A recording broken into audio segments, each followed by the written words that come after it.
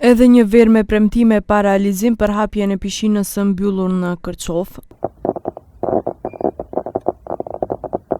Kjo pishinë filloi të ndërtohet para 6 viteve, por ende nuk është gati për t'u hapur. Gjatë ndërtimit punimet hasën në probleme të shumta, si infrastrukturore, ashtu edhe teknike. Kaloi edhe një verë dhe pishina e mbyllur në Kërçov nuk u hap.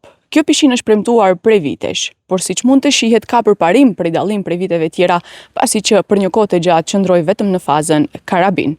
Televizioni 21 disa herë ka reaguar për këtë pishinë dhe ka kërkuar përgjigje nga institucionet, edhe pse kanë premtuar hapjen e saj shumë shpejt, ende nuk është bërë një hap i tillë.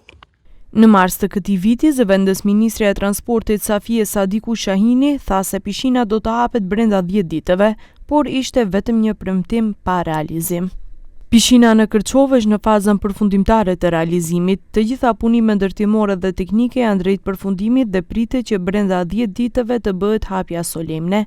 Ky projekt ka rëndësi të veçantë për zhvillimin e sportit dhe për të rinjtë në këtë rajon dhe më në fund po finalizohet dhe shumë shpejt do të vihet në funksion.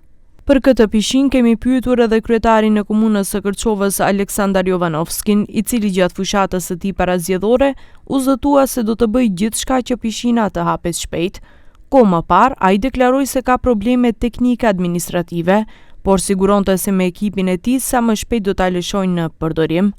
Kujtojmë se ndërtimi i pishinës ka kushtuar 43 milion denar, filloi të ndërtohet në vitin 2020 dhe ishte parapar të përfundonte brenda 18 muajve. Është një investim i Ministrisë së Sportit.